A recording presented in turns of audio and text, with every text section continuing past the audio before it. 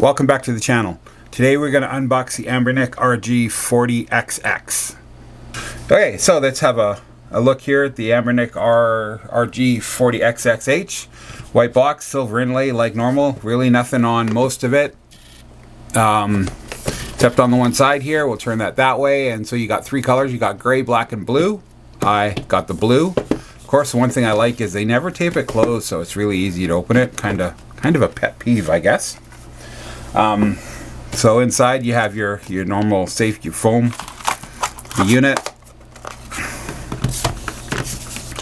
I did get the 250 gigabyte card, and it is a blue one this time, so that's better than just a straight black, so maybe that's better. And then you have your manual, which if you're new to it is going to give you all your hotkeys, how to get in and out of games, what to do, all that sort of stuff. It is sort of handy if you've never had one before. Inside here is going to be your charging cable with your USB-C and your USB-A cable end for charging. So USB-A and USB-C.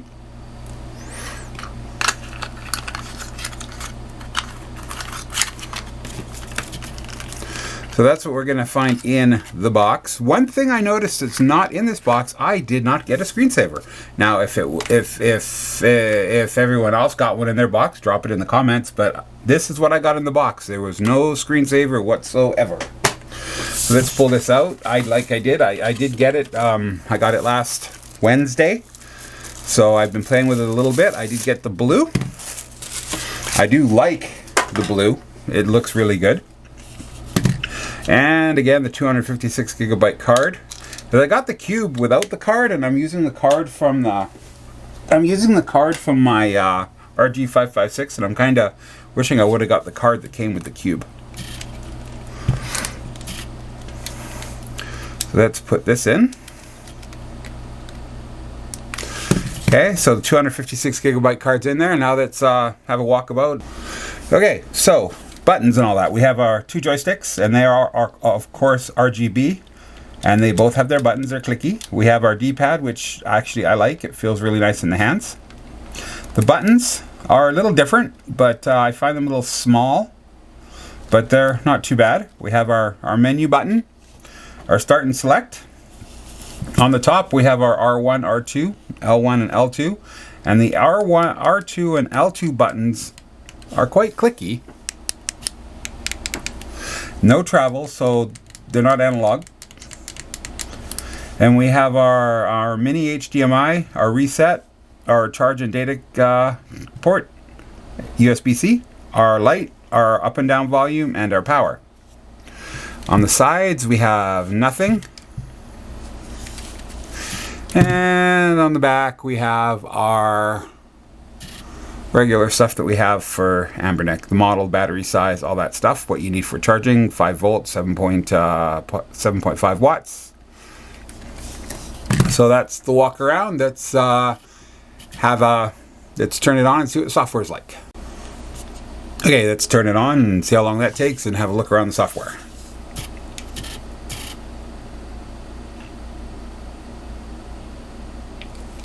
Green light, turning on.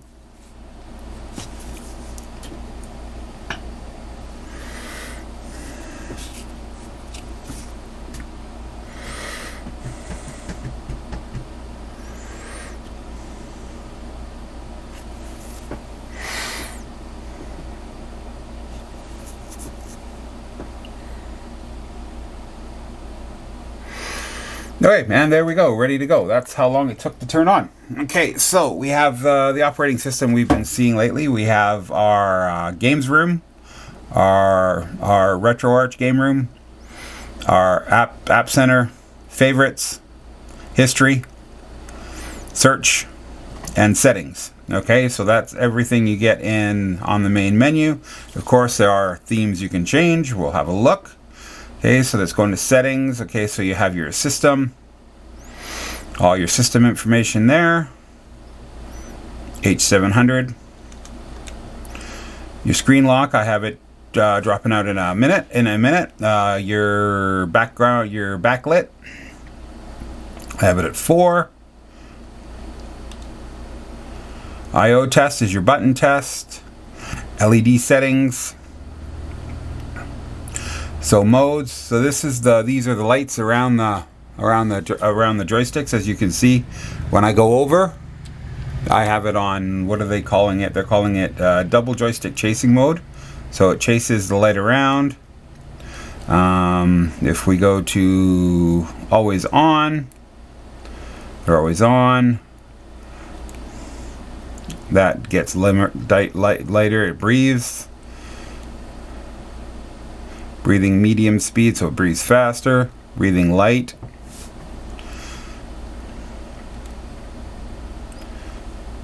Simulate phantom. This is the one I keep it on, so they're always blue, but they react. Rainbow, if you want to flash. Multicolor, again, multicolor around the outside, and of course it'll tracks to where you go. So I keep it on here. You have your brightness, your colors, and your background. Date and time is obvious. Language setting, there's lots of languages. RetroArch settings, network settings, which I have set up.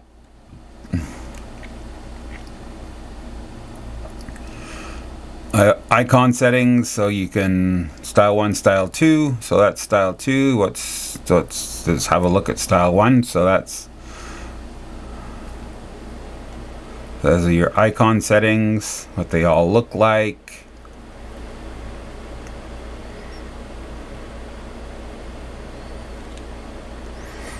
Okay, you have your background settings. Again, these are what we've seen on the 35xx and 28xx. It's all the same. Okay, button sound is off because I hate it when the buttons make all the noise when you touch them.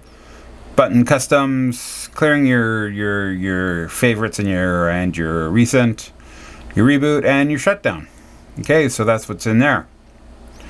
So let's go back to the App Center. In the App Center, we have our music player, our video player, ebooks if you want to read ebook, file transfer, expert, and apps.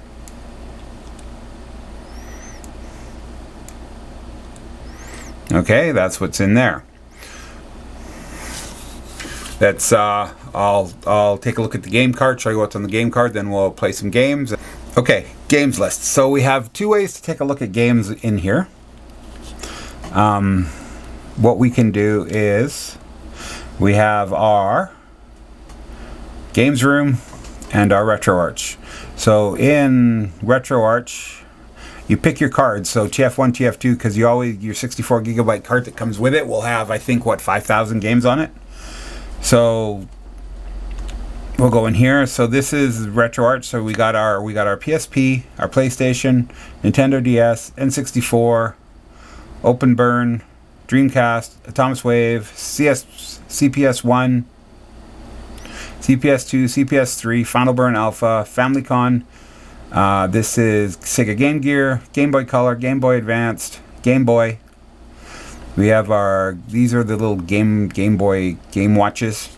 Homebrew, MAME, Mega Drive, Neo Geo, Naomi, MSX, Mega Drive CD, MGPC, PC Engine CD, Pico 8, Super Master System, Super Famicom, Sega 3DX, Poke, which are little Pokemon things, Vertical Arcade, Virtual Boy, Wonder Swan, and of course all the ports. Okay, so those are the systems. Those are the game systems that come loaded, and the second card will have them all too.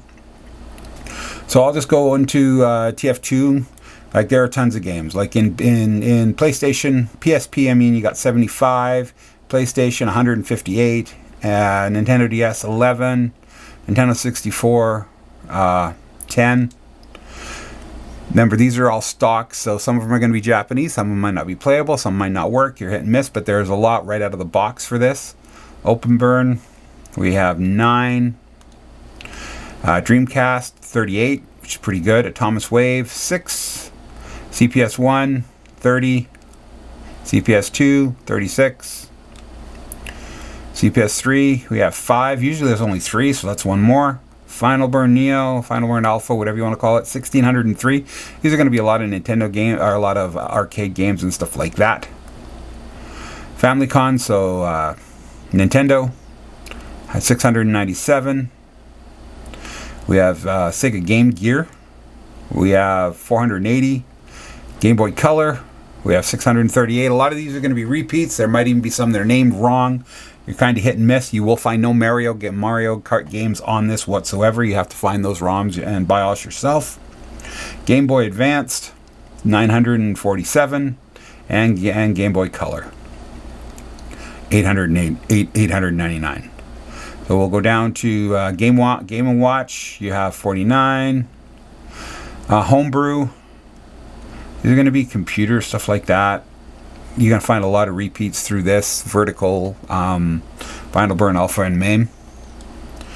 MAME, there's 1392. Again, you're going to have a lot of ones that are playing in MAME are going to be playing in Homebrew. They're going to be playing in up here in Final Burn.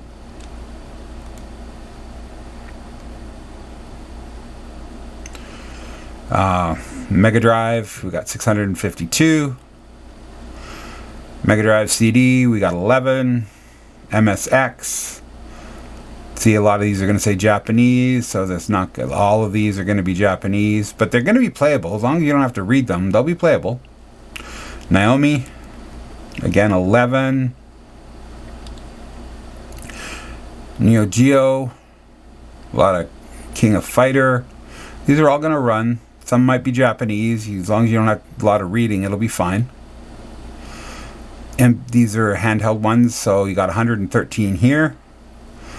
PC Engine, see, US, Japanese, US is a mix. PC Engine CD, there's only going to be 4. 2 Japanese and 2 US. Pico 8 is going to have 39. I've never even really looked at these Pokemon ones. There's 28. Sega 32X. There's 9. Most of these will play. Some see the J at the end there. It'll be Japanese. That'll be US. Whoops. Started it. Get back.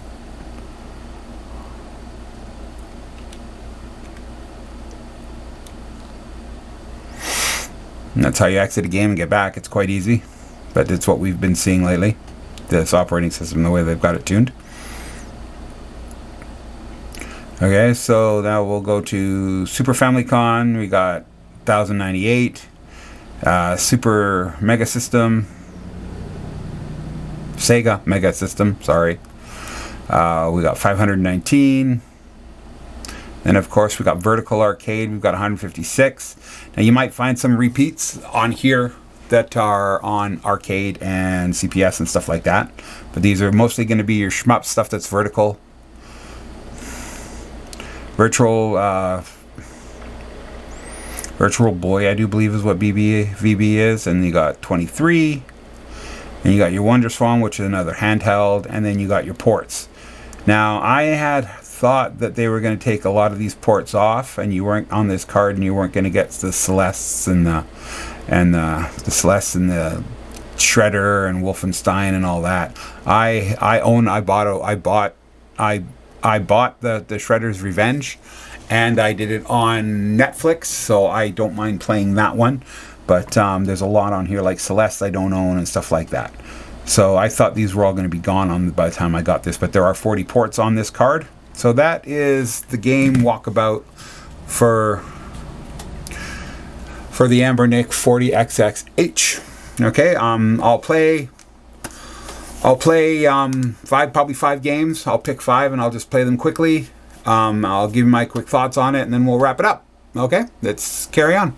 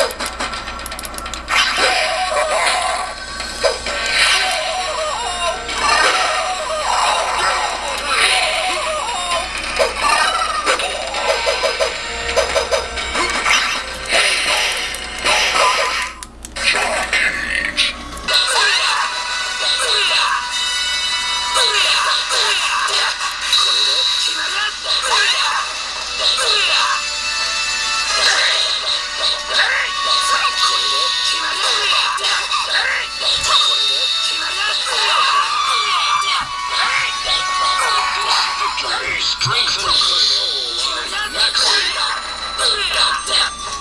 You win! Mada, mada.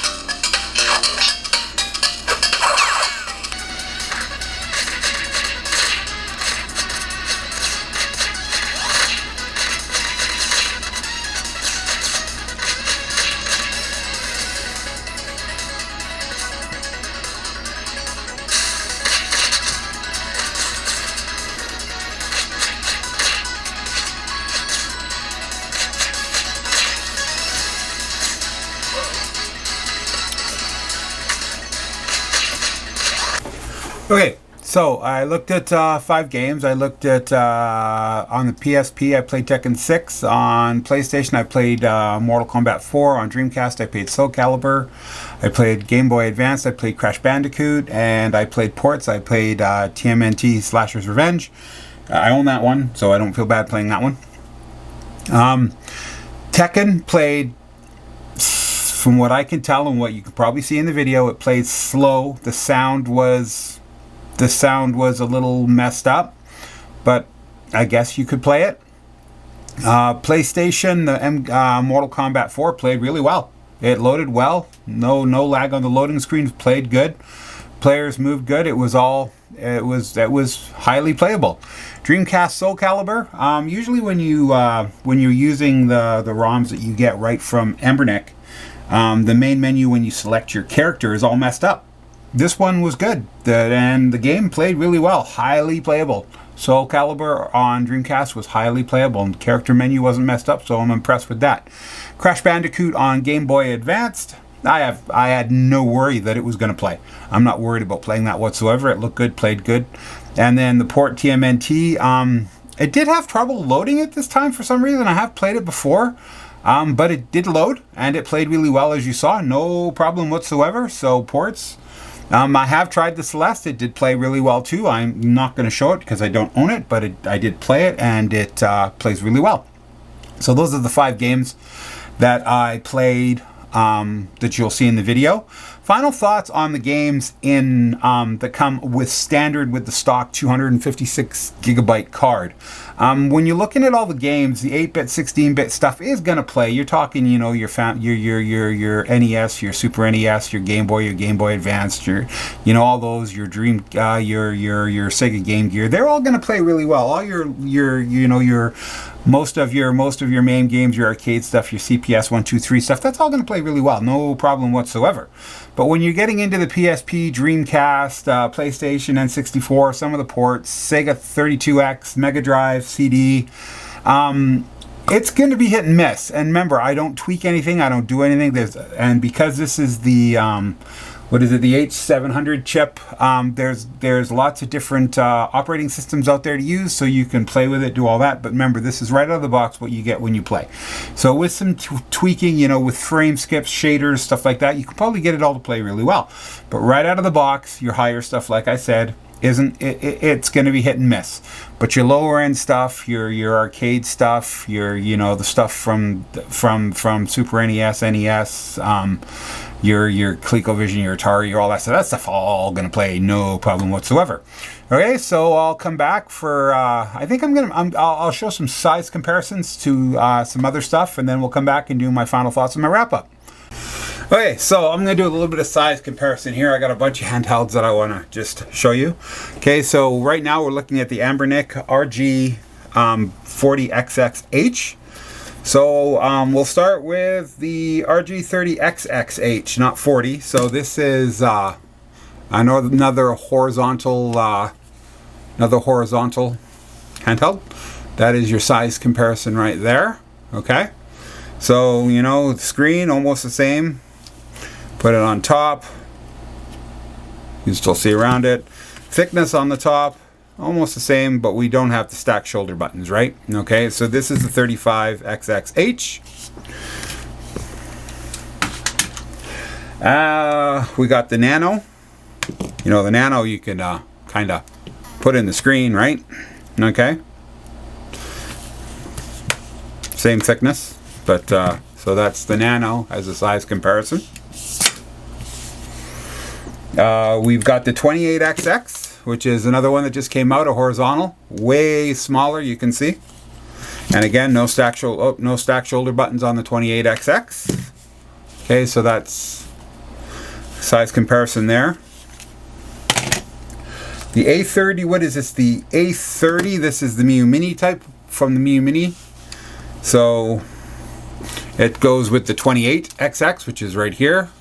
So can I get all three in my shot? Probably not, because I've got my screen too low. So that's kind of a size comparison there. I can get it in if that actually works. Okay, so the A30, I really like the color scheme of this one. So that's the A30. Okay, and then we have the 35xx, a vertical handheld. So we'll go this way with the verticals. Okay, so you can see it's a little wider. Okay. This is the 35xx Plus or 2024. Okay. Same as the last one. And again, no, it's got the shoulder buttons in the back. Okay. And then we have the 35xx Plus.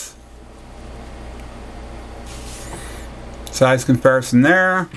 Again, it's got the buttons here, not on the stacked.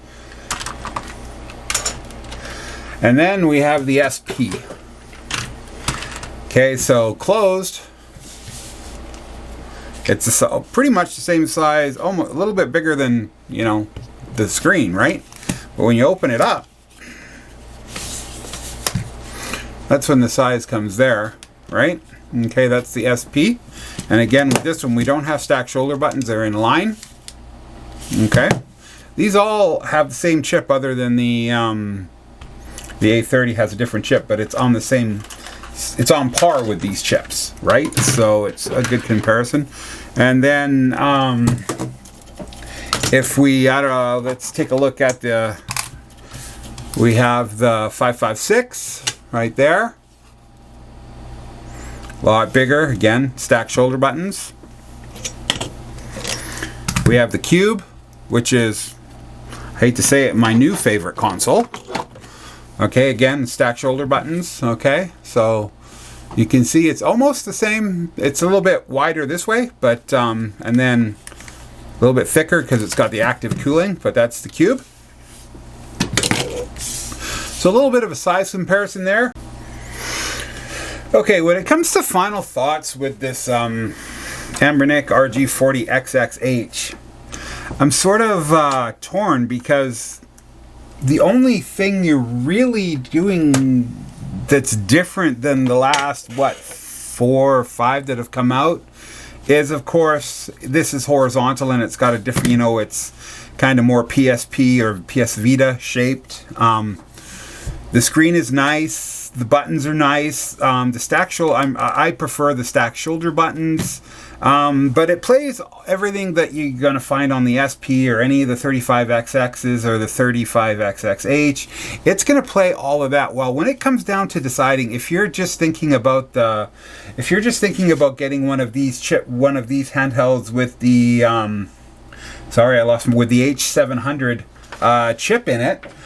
You've got so many to choose from, and basically it's just going to come down to your preference of vertical, horizontal, small, large, the SP, open, close, clamshell type stuff. They're all going to play the same. They have some different screens, but for the most part, the only difference, the screens are going to show really big on the 28xx and the Miu Mini, the A30. You're going to see big screen difference between those two, but the rest of them, all the XXs are all going to have the same chip, the same playability. There's going to be some minor screen differences, but It's all on your preference, and right now my preference is leaning towards the H because it's just the way it feels in the hands. Like I went camping this last weekend and I took this with me and I played this for 4 or 5 hours and my hands never got sore, my fingers never got sore. It was actually quite really enjoyable to play. Everything loaded when I needed it to play. The only time anything didn't load was when I was filming, of course. The TMNT Shredder's Revenge. It didn't load the first 2 times, but then it loaded the 3rd time. But that's the first time it didn't load, and I played that a lot on the weekend. So it's just a glitch. It's nothing to worry about. But again, when you're coming back to, if you're thinking about playing any of the XX line, it's going to come down to your personal preference of horizontal or vertical, clamshell, and shape of vertical.